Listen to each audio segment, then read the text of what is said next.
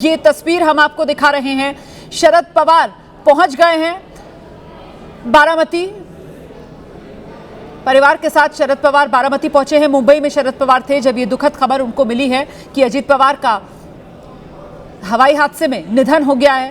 Crash landing विमान की हुई जिसमें अजीत पवार सफर कर रहे थे, मुंबई से बारामती पहुंचने वाले थे और अब जब पहुंचे शरद पवार तो वो समझने की कोशिश कर रहे होंगे वहां मौजूद अधिकारियों से कि किस तरीके से यह हादसा हुआ होगा। उसी की जानकारी देके कैसे वो विमान, मराठी में वो उनको बता रहे हैं कि कैसे वो विमान उतरने की कोशिश कर रहा था, लेकिन क्या हुआ होगा। वहां पर जो लोग मौजूद हैं वो अपनी समझ के हिसाब से शरद पवार को बता रहे हैं कि कैसे ये हादसा हुआ होगा, कहां ये हादसा हुआ होगा, कितने फासले पर यह हादसा हुआ। शरद पवार जब यहां पर उतरे बारामती में, जो कि छोटा रनवे है, जैसा कि हमारे सहयोगी गणेश ठाकुर बता रहे थे कि रनवे छोटा है, ये टेबल टॉप रनवे है और यहां पर जब आप लैंड करते हैं तो बहुत ही आपको सावधानी के साथ यहां पर लैंड करना होता है, वरना तो कोई हादसा हो सकता है, उसे खारिज नहीं किया जा सकता। और ऐसे में यहां लैंडिंग के वक्त क्या दिक्कत आई होगी ये तो अब जांच के बाद ही साफ हो पाएगा।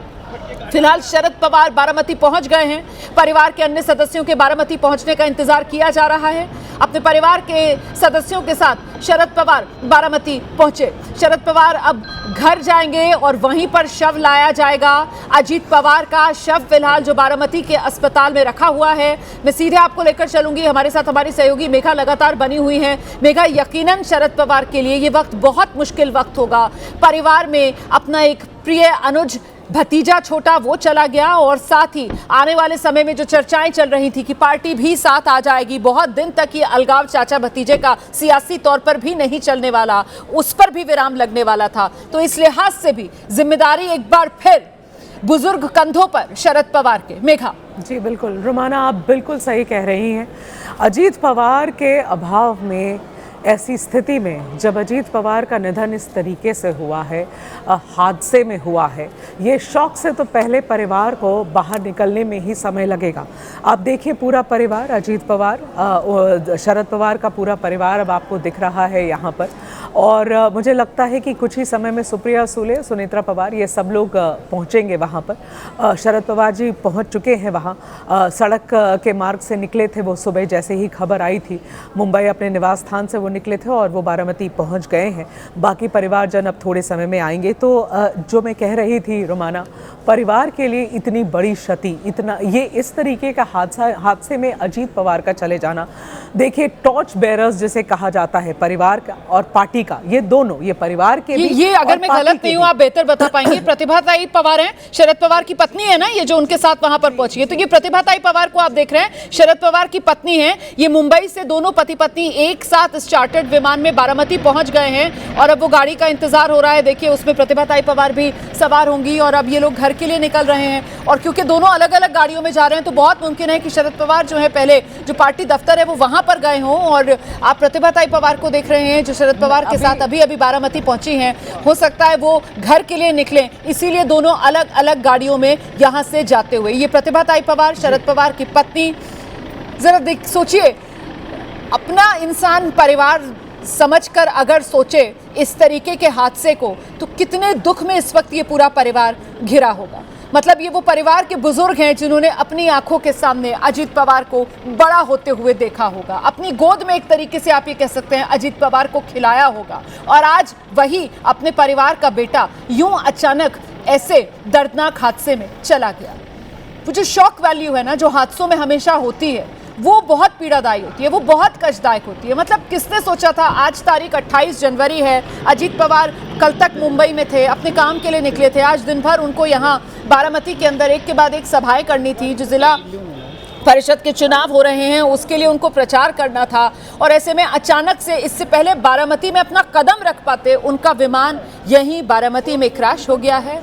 और सीधे आपको लेकर चलेंगे, हमारे साथ वरिष्ठ पत्रकार तुलसीदास भोइटे जी भी मौजूद हैं। तुलसीदास भोइटे जी, जिस बात का मैं जिक्र कर रही हूँ कि साहब अपने परिवार को आप रखकर सोचिए ज़रा ऐसी जगह पर कि वो बच्चा जिसको आपने अपनी गोद में खिलाया हो, एक तरीके से जिसको आपने ये मान लिया हो अब कि हाँ यही मेरी सियासत का वारिस आगे बनेगा, कमान इसी के हाथ में रहेगी, और उसके साथ वो सियासी दूरियां भी अब मिटने वाली हों, वही यूं अचानक से अगर चला जाए तो फिर गम तो बड़ा है।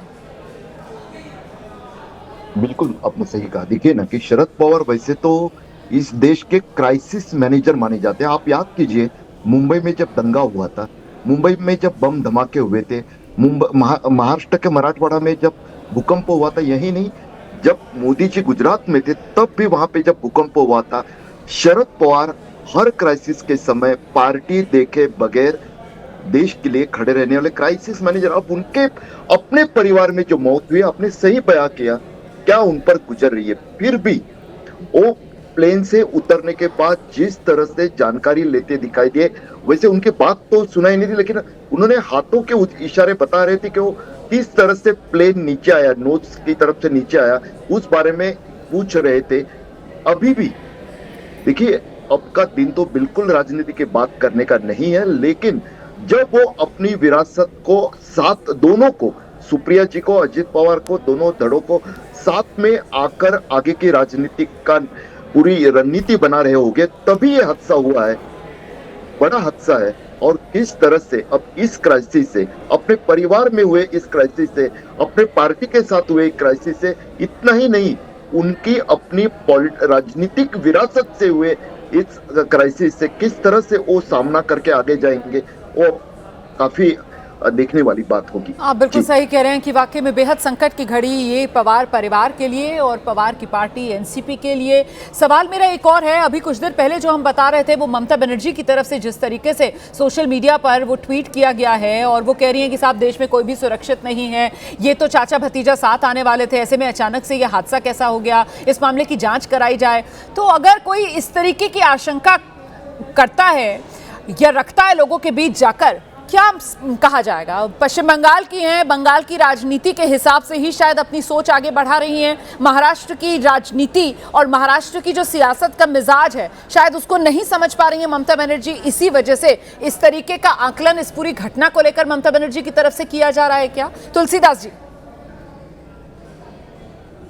देखिए, बिल्कुल आपने कहा कि ममता बनर्जी ने जो मांग की हुई है, जो आशंका जताई है, वो उनके अपनी राजनीति के लिए ठीक है, लेकिन महाराष्ट्र की राजनीति में जब गोपीनाथ मुंडे जी का देहांत तो हुआ, दिल्ली में हुआ, उस समय भी चर्चा तो हुई, लेकिन आरोप इस तरह से खुलकर किसी ने उस तरह से नहीं लगाया। यही बात अगर मैं करूं, अब नितिन सातपुते नाम के एक वकील ने जांच की मांग की है, उस विमान कंपनी के जांच की मांग की है, किस तरह से दुर्घटना हुई उसकी मांग की है, लेकिन अजित पवार जी की जो मौत हुई है, जिस तरह से विमान दुर्घटना में मौत हुई है, उसको लेकर किसी भी तरह की राजनीतिक कोई साजिश या इस तरह के बात सामने अभी तक किसी ने साफ तौर पर, किसी राजनीतिक शख्स ने उस तरह का आरोप तो नहीं लगाया है। लेकिन कुछ बयान आने लगे हैं तुलसीदास जी, लेकिन कुछ बयान आने लगे हैं और इसमें महाराष्ट्र की सियासत में जाना माना नाम है अरविंद सावंत का, जो शिवसेना उद्धव गुट है उसके सांसद हैं, उनकी तरफ से भी कुछ सवाल खड़े किए जा रहे हैं। उन्होंने जो बयान दिया है वो जरा सुना देते हैं दर्शकों को।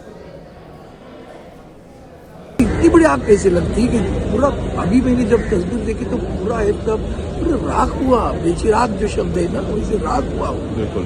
अब इसकी मैं बहुत सीबीआई हो, जो भी एजेंसी उसकी बहुत गंभीरता से जांच कर। तब आप कह रहे हैं गंभीरता से जांच होनी चाहिए, क्योंकि ममता बनर्जी ने भी चाहिए।